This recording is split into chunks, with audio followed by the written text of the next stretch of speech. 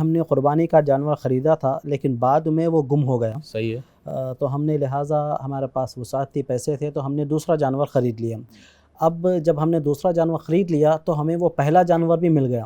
تو اب قربانی ان دونوں جانور کی ہونی چاہیے یا پھر ایک جانور کی کرنی چاہیے؟ اب اس میں یہ دیکھا جائے گا کہ اگر اللہ نے طاقت دی تو آپ نے خرید لیا، لیکن اگر آدمی غریب ہے وہ کیا کرے؟ اس کا تو گم ہو گیا.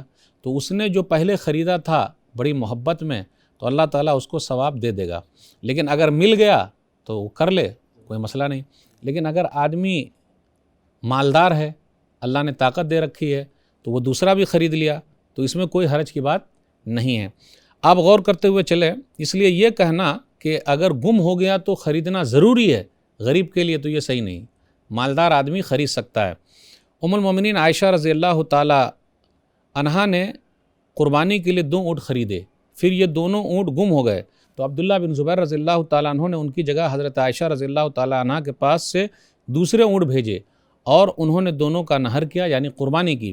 پھر پہلے والے دونوں اونٹ بھی مل گئے تو انہوں نے کیا کیا؟ ان دونوں کی بھی قربانی کر دی اور فرمایا ہاکذا السنۃ فی البدن، یعنی قربانی میں اسی طرح سنت ہے. روایت کیا ہے امام دارقطنی نے اپنی کتاب سنن کے اندر، سنن دارقطنی جلد نمبر 1 صفحہ نمبر 242 حدیث نمبر 2526.